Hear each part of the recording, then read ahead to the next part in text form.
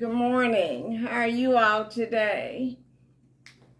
Thank you for visiting with us. Welcome to Bible class with Andre and Betty. We're continuing our studies today from the book of 2 Kings.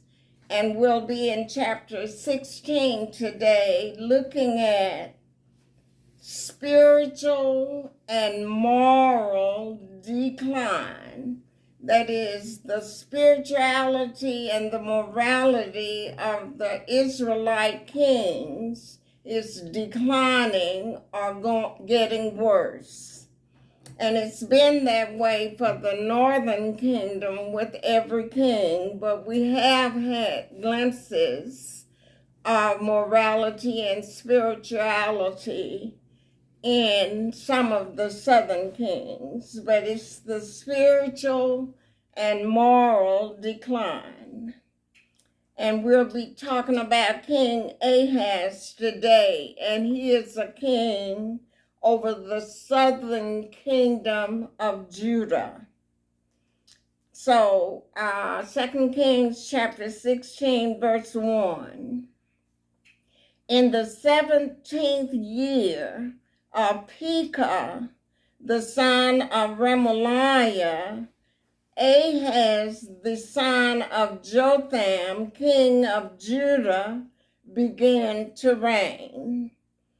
And if we'll look in chapter 15, verse 29, it says, in the days of Pekah, king of Israel, or the northern kingdom, came Tiglath-Pileser, king of Assyria, and took Ijon and Abel-Beth-Maachah, and Janor and Kadesh and Hazor and Gilead and Galilee, all the land of Naphtali, and carried them captive to Assyria.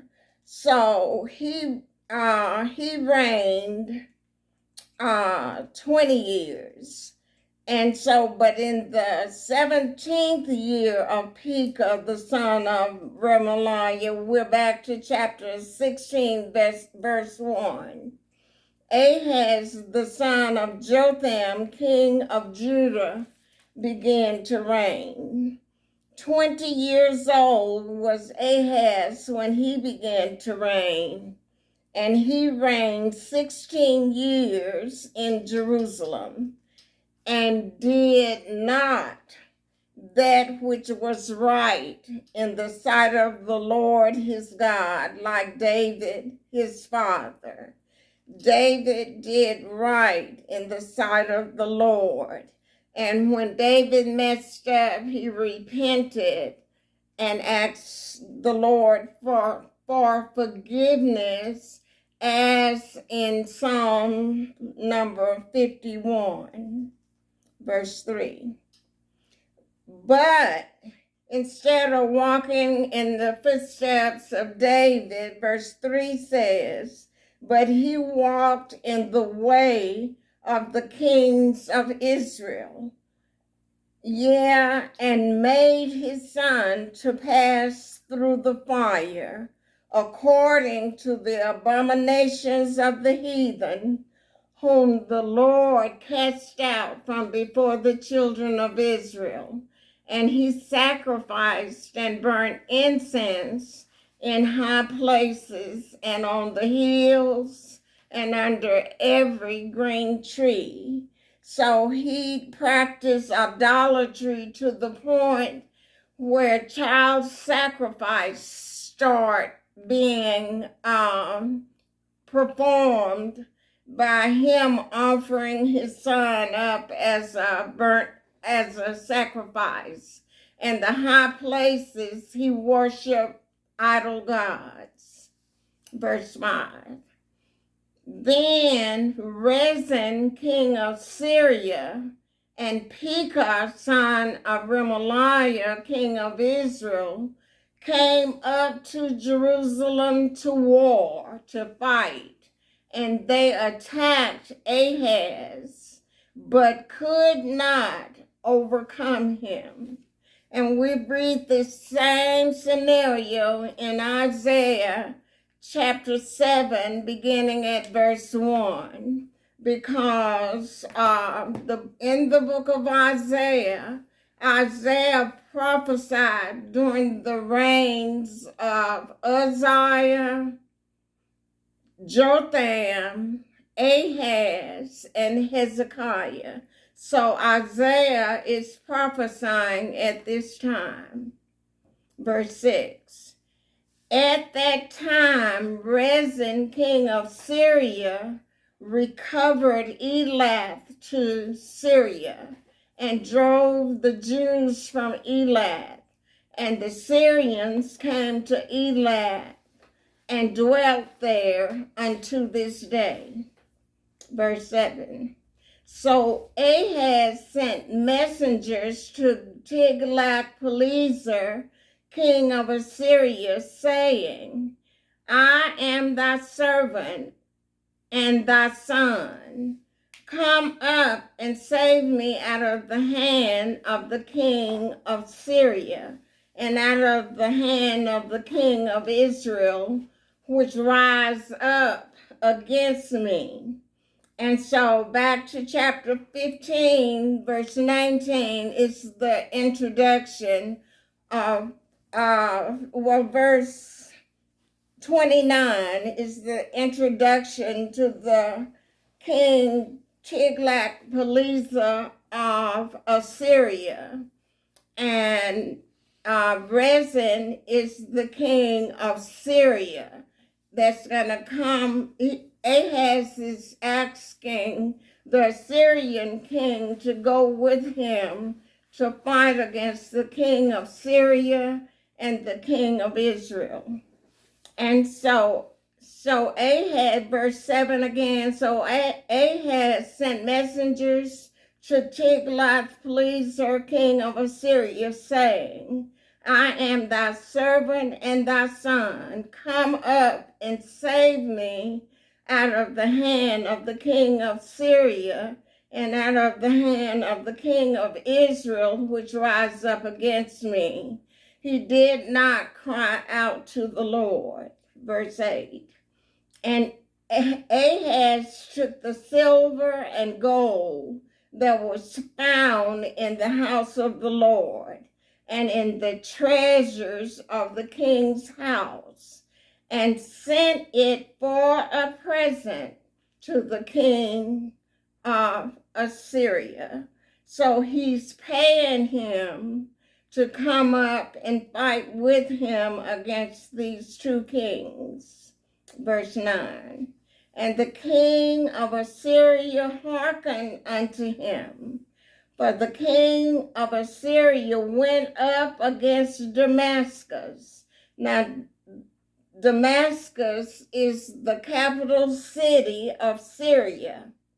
So went up against Damascus and took it, and carried the people of it captive to Kir, and slew Rezin, who was Syria's king. Verse 10. And King Ahaz went to Damascus to meet Tiglath-Pileser, king of Assyria, and saw an altar that was at Damascus. And King Ahaz sent to Urijah the priest the fashion of the altar and the pattern of it, according to all the workmanship thereof. Verse 11. And Urijah the priest built an altar according to all that King Ahaz had sent from Damascus. So Urijah the priest made it against King Ahaz, came from Damascus. So Ahaz seen this idolatrous altar that could not save the king of Syria. And he's going to begin to offer sacrifices and worship an idol that can't even help his people. Verse 12. And when the king was come from Damascus, the king saw the altar, and the king approached to the altar and offered thereon. But look what else he's going to do. And he burned his burnt offering and his meat offering, and poured his drink offering, and sprinkled the blood of his peace offering upon the altar. After Uriah had made this idol. Verse 14. And he brought also the brazen altar which was before the Lord from the forefront of the house of the temple, from between the altar and the house of the Lord, and put it on the north side of the altar. Now this brazen altar before was in front of the house of the tabernacle, but he took that and put it to the north side of the altar, moving God out of his place and placing this altar in the place of the Lord. Verse 15. And King Ahaz commanded Uriah the priest, saying, upon the great altar burn the morning burnt offering, and the evening meat offering, and the king's burnt sacrifice, and his meat offering, with the burnt offering of all the people of the land, and their meat offering and their drink offerings, and sprinkled upon it all the blood of the burnt offerings, and all the blood of the sacrifice. This is the great altar, the one Uriah built for him. And the brazen altar, he says, shall be for me to inquire by, making God, setting him aside. Verse 16. Thus did Uriah the priest, according to all that King Ahaz commanded. Verse 17. And King Ahaz cut off the borders of the bases and removed the laver from off them, and took down the sea from off the brazen oxen that were under it, and put it upon a pavement of stone. All this he's doing to worship an idol god. Verse 18. And the covert for the Sabbath that they had built in the house, and the king entry without, turned he from the house of the Lord for the king of Assyria. He's repositioning everything concerning the temple and the tabernacle of the Lord. Verse 19. Now the rest of the acts of Ahaz which he did, are they not written in the book of the Chronicles of the Kings of Judah? Verse 20. And Ahaz slept with his fathers and was buried with his fathers in the city of David. And Hezekiah, his son, reigned in his stead. And so now, next time, we will be looking at King Hezekiah, which was spiritual king and one who did that which was right in the eyes of the Lord. So you all have a great day and a great week, and we'll see you next time.